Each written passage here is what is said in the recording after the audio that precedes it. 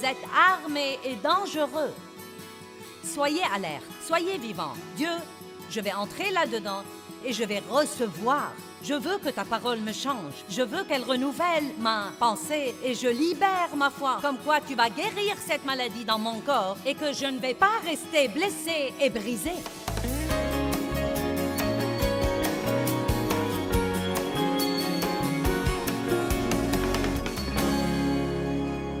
Nous sommes dans une guerre, mais nous ne devrions jamais être si insensés pour penser que Dieu ne nous a pas laissés équipés. Vous ne devez jamais craindre le diable. Vous ne devez jamais rien craindre de ce qu'il essaye de vous faire, car vraiment et sincèrement, nous sommes plus que vainqueurs. Au beau milieu de ce que vous endurez en ce moment, vous ne devez pas croire que vous êtes la queue de quoi que ce soit, car la Bible dit que vous êtes la tête et non la queue, en haut et jamais en bas. Vous dites, eh bien, ce n'est pas ce que je sens. Vous ne devez pas suivre vos sentiments. Tenez-vous ferme dans la parole de Dieu et dites, la Bible dit que même au beau milieu de mes batailles, je suis plus que vainqueur par celui qui m'aime. Au beau milieu de vos batailles, n'oubliez jamais que Dieu vous aime profondément, énormément, et qu'il a un très bon plan pour votre vie. Il y a des personnes, ici ce soir, vous devez prendre ceci et vous devez l'avaler. Ne le laissez pas voler par-dessus votre tête. Vous avez des choses qui se passent, vous êtes blessé, vous avez des problèmes, vous faites face à des choses, et vous savez, peut-être que vous êtes venu ici ce soir avec l'espoir que je vous remontrerai le moral, et je crois que je peux faire ça.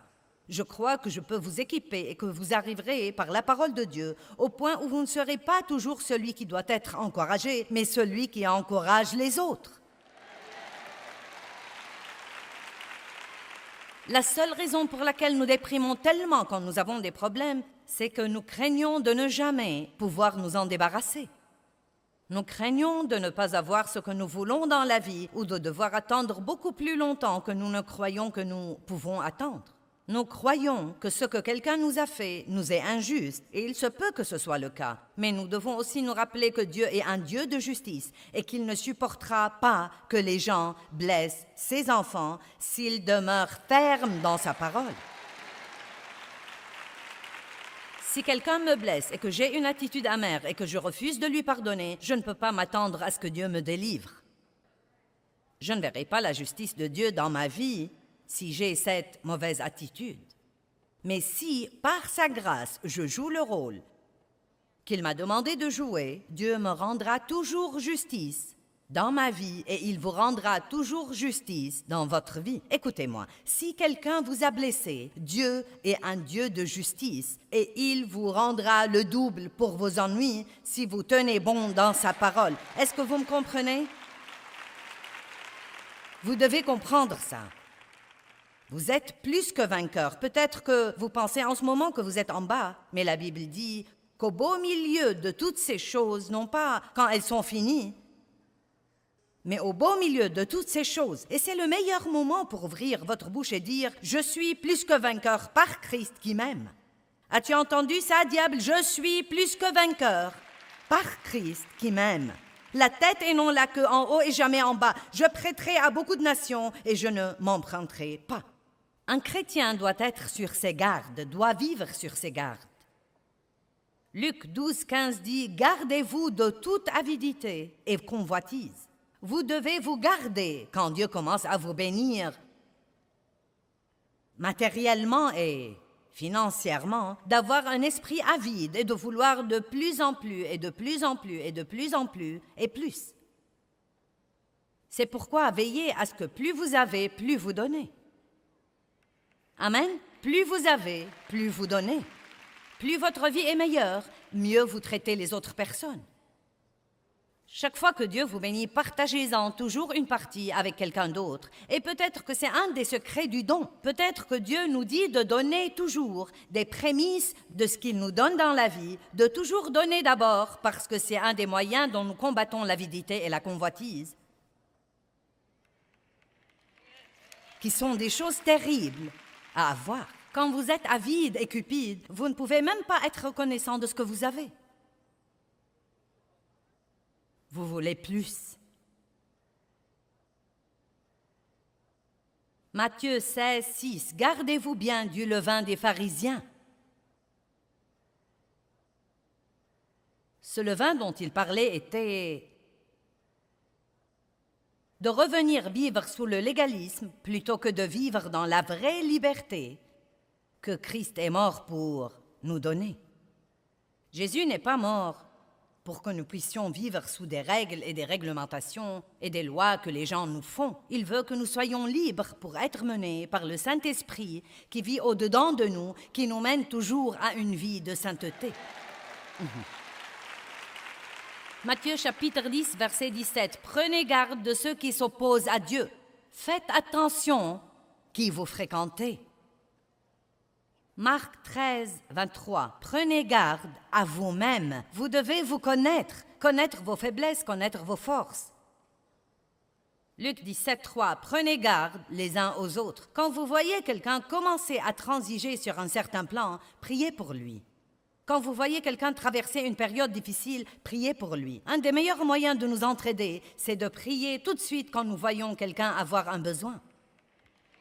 Vous ne devez pas toujours faire un sermon à tout le monde et raconter à quelqu'un d'autre « Oh, j'ai remarqué qu'un tel traverse une période difficile aujourd'hui. » Non, si Dieu vous permet de remarquer qu'un tel traverse une période difficile, vous devez prier tout de suite. Dieu, je te demande au nom de Jésus de le fortifier. Je ne sais pas ce qu'il a, mais il traverse une période difficile. Et donc je le couvre. Je te demande de l'aider dans toutes ses difficultés. Maintenant, vous avez servi Dieu. Mais ce que nous faisons si souvent, c'est de parler de choses au lieu de parler pour les choses.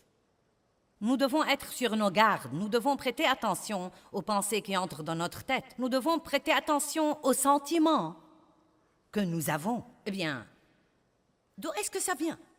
Eh bien, c'est quoi tout ça? Arrêtez-vous et dites, Dieu, quelle est la source de ça? Quelle est la vraie raison de ce problème? Une nuit, je ne pouvais pas dormir. 4-5 heures du matin, je ne pouvais pas dormir et d'habitude, je dors très bien. Donc finalement, je regrette de ne pas l'avoir fait plus tôt, mais finalement, j'ai dit, Dieu, mais quel est le problème? Car je sentais que le Saint-Esprit ne me laissait pas tranquille. Et immédiatement, Dieu m'a montré quelqu'un envers qui j'avais été impoli la veille. Et j'ai dû m'excuser auprès de Dieu et ensuite, quand il était temps de le faire, je me suis excusée auprès de lui. Mais il y avait une raison pour laquelle je ne dormais pas bien. Donc au lieu de dire « Je ne sais pas, je ne dors pas bien, je me demande pourquoi », demandez à Dieu. Peut-être qu'il vous dira « Tu as bu trop de café trop tard la nuit ». Vous savez, Dave avait du mal à dormir une fois la nuit. Et quand il est allé à Dieu, Dieu lui a dit « Tu bois trop de boissons gazeuses ». Je n'ai rien contre les boissons gazeuses, mais Dave allait au drive-in et il achetait ce grand truc de 900 millilitres tous les jours et il le buvait et cela l'empêchait de dormir. Demandez à Dieu ce qui ne va pas chez vous. Allez! Certains ne veulent même pas savoir. Je ne vais rien lui demander, peut-être qu'il me le dira lui-même. Je prêche mieux que vous ne réagissez. Il va falloir vous revigorer. Il faut être responsable. Ne vous contentez pas de dire « Vous savez, je ne sais pas ce qui me fait cet effet. Vous savez, ma pensée est attaquée. » Vous devez ouvrir votre bouche et dire « Diable, je te réprimande. Arrière de moi. Allez prendre votre Bible, ouvrez-la et lisez à haute voix jusqu'à ce que vous retrouviez la tranquillité d'esprit. »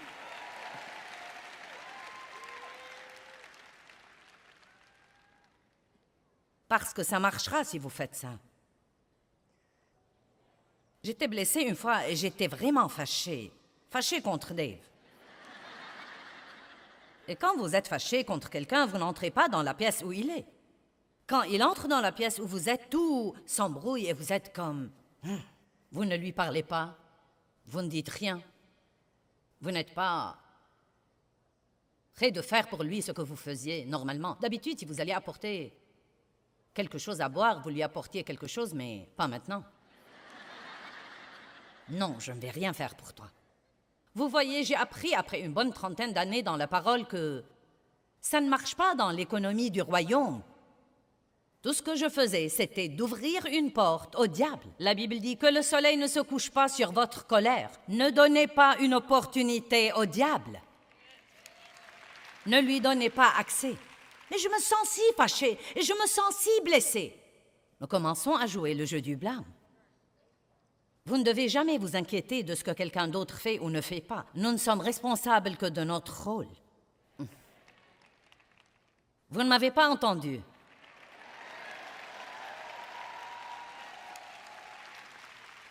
Pensons-y de nouveau. Disons ça à nos téléspectateurs. Vous ne devez jamais vous inquiéter de ce que quelqu'un d'autre fait ou ne fait pas. Vous n'êtes responsable que de votre rôle. Jouez votre rôle et Dieu s'occupera toujours de vous. Si vous jouez votre rôle, Dieu est juste et il s'occupera toujours de vous. Bien sûr, l'ennemi voulait que je reste fâchée toute la nuit et que je perde ma paix et que je perde ma joie. Mais j'ai pris ma Bible et je suis entrée dans ma pièce qui était mon bureau à l'époque. Je me suis couchée sur le plancher, je me suis mise face contre terre, j'ai fourré mon nez dans cette Bible et j'ai dit, Dieu, je veux que tu saches que je ne vais pas me lever d'ici ni quitter cette pièce avant que tu ne me donnes la grâce de sortir par cette porte et de me comporter comme une femme de Dieu et de parler à mon mari. Amen. Et j'y suis allée. J'ai commencé à prier, j'ai commencé à lire. Ah, les trucs que je fais pour vous, messieurs, dames.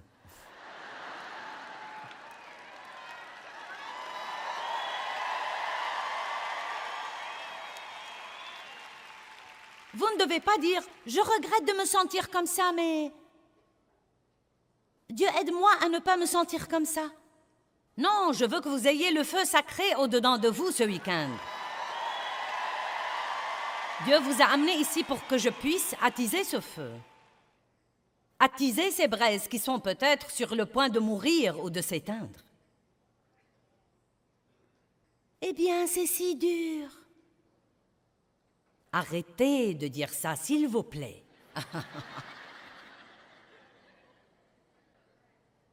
1 Thessaloniciens 5:6. Il dit « Ne dormons donc point comme les autres », et ça ne parle pas d'aller se coucher la nuit. Mais soyons vigilants, alertes, attentifs, prudents et sur nos gardes, et soyons sobres, calmes, posés et réfléchis. Ça n'a pas l'air de quelqu'un qui est le genre « Eh bien, quoi que ce soit ». C'est en fait quelqu'un d'intentionnel, qui vit avec résolution. Il a décidé d'avoir absolument la victoire et il ne va avoir rien d'autre que la victoire. Amen. L'apôtre Paul a dit « Mon but déterminé, c'est de le connaître. Si seulement je connaissais Dieu comme tu le connais. » Non, vous devez être déterminé. Assez déterminé pour aller vous coucher la nuit, pour vous lever le matin, aller passer ce temps avec Dieu et le connaître plus. Est-ce que quelqu'un sent une douce chaleur l'envahir au moins?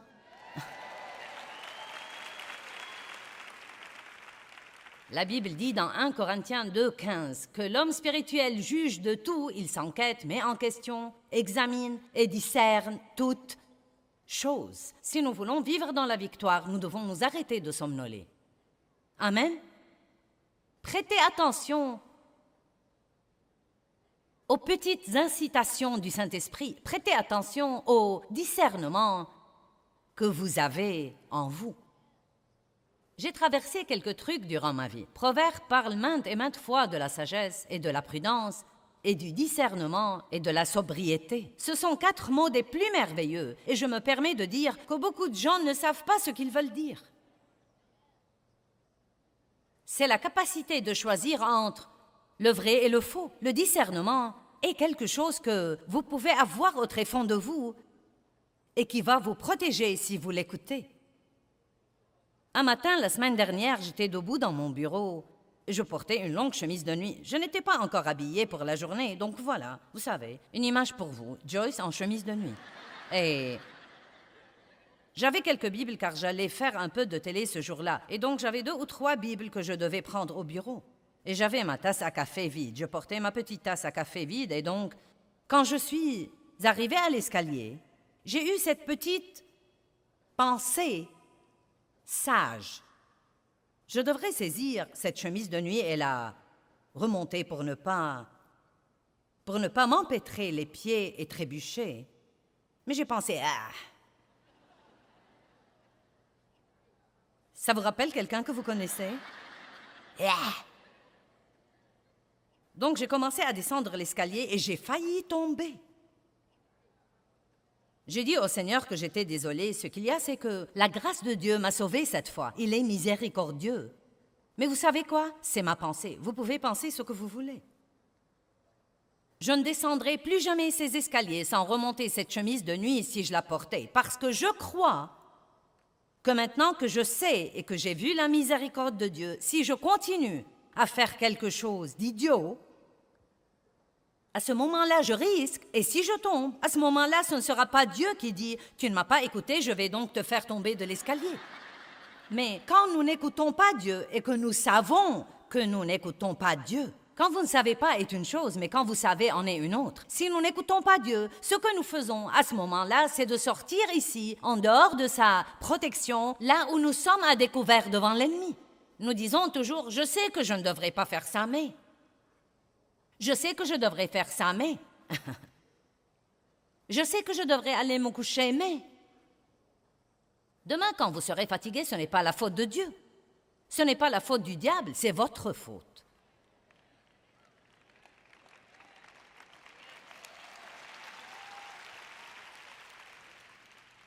Et vous savez, je n'essaye pas d'être la maman de tout le monde. Je ne sais pas, peut-être que je le fais, mais... J'essaye de vous aider.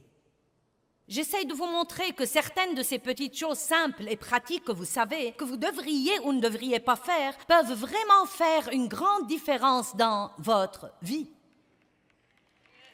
Une différence majeure dans votre vie.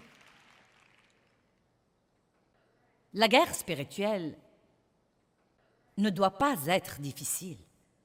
Vaincre le diable ne doit pas être difficile. Dieu nous a donné des armes. Il nous a donné des armes offensives, des armes avec lesquelles nous pouvons poursuivre l'ennemi. Nous ne devons pas attendre qu'il vienne contre nous pour nous défendre. Nous pouvons l'attaquer nous-mêmes. Et il y a 3 choses simples, fondamentales, que chaque croyant devrait apprendre avant d'apprendre quoi que ce soit d'autre à part Dieu même. Et ce sont la puissance qui est dans la parole de Dieu, la puissance qui est dans le nom de Jésus et la puissance qui est dans le sang de Jésus.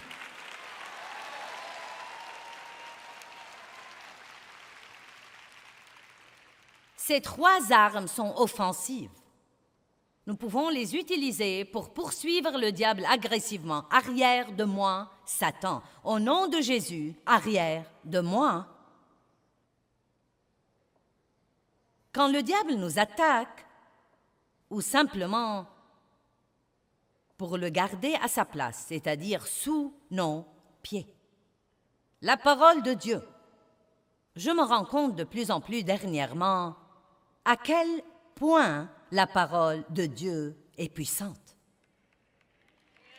Non, mais elle est puissante.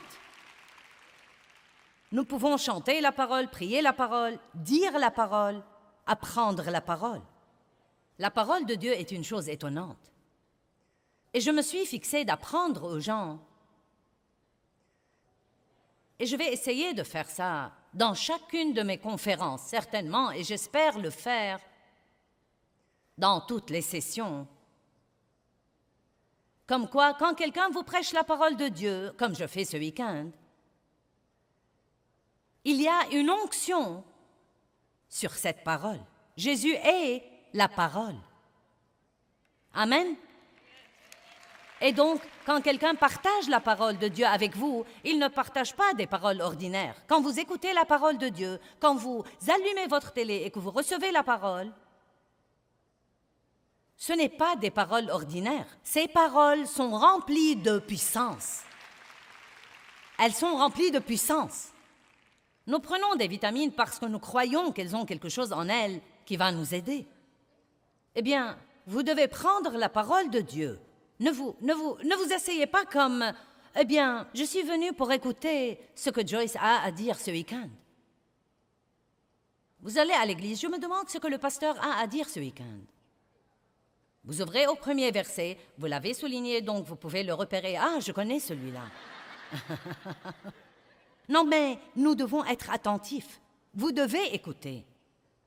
Vous devez prendre quelques notes, peut-être, ou si vous écoutez quelque chose que vraiment, oui, j'en ai besoin. Achetez-en une copie, écoutez-la à plusieurs reprises. Mais je veux vous dire quelque chose. Quel que soit ce que je prêche, je crois que si vous libérez votre foi, vous pouvez recevoir la guérison dans un domaine de votre vie pendant que vous êtes assis là à recevoir la parole.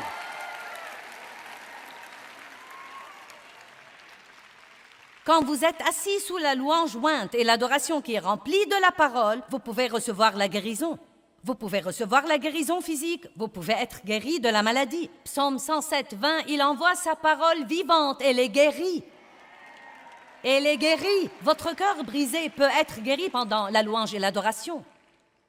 Votre âme blessée peut être guérie pendant que je prêche la parole. Votre pensée peut être guérie. Vos émotions peuvent être guéries. Mais ça ne va pas arriver si vous vous asseyez là passivement.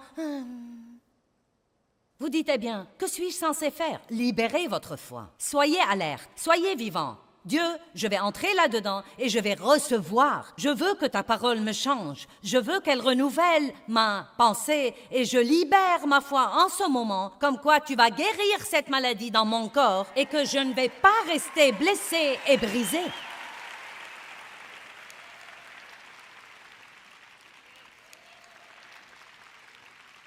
Et voilà ce que je veux dire. Je crois que nous pouvons tous être trop désinvoltes parfois à propos de tout ça. Nous entrons d'un pas nonchalant, à mi-chemin de l'adoration. Nous dérangeons 50 personnes pour nous asseoir à notre place. Nous devons avoir une attitude respectueuse à l'égard de la parole de Dieu. Et si nous apprécions la parole plus, nous verrons la parole travailler dans nos vies d'une façon plus grande. Amen. Chaque fois que le diable disait quelque chose à Jésus, Jésus lui répondait « Il est écrit » et lui citait un verset. Apprenez à parler à haute voix au diable. Dieu a exalté sa parole et son nom au-dessus de tout, et il a exalté sa parole même au-dessus de son nom. Psaume 138, verset 2. Avec la parole de Dieu qui sort de votre bouche, vous êtes armés et dangereux. Le nom de Jésus. Ça alors, ô bonté divine. Philippiens chapitre 2, verset 10. Et lui a donné un nom au-dessus de tout nom, afin qu'au nom de Jésus, tout genou fléchisse dans les cieux, sur la terre et sous la terre. Amen. Je vous défie d'ouvrir votre bouche environ 10 fois par jour et de dire « Jésus ».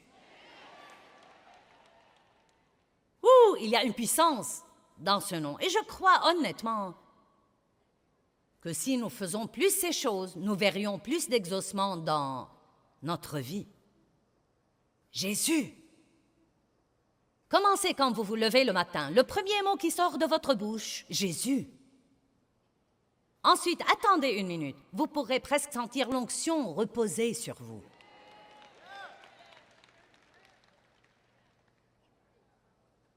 Vous savez, nous apprenons de la parole de Dieu que ce nom qui lui a été donné et qui nous a été donné maintenant, ce même nom, nous avons une procuration pour l'utiliser. Vous pouvez utiliser ce nom.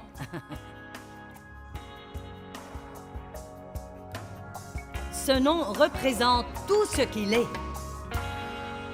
Eh bien, j'espère et je prie que vous soyez déterminés à vivre avec un but, savoir qui vous êtes et à qui vous appartenez.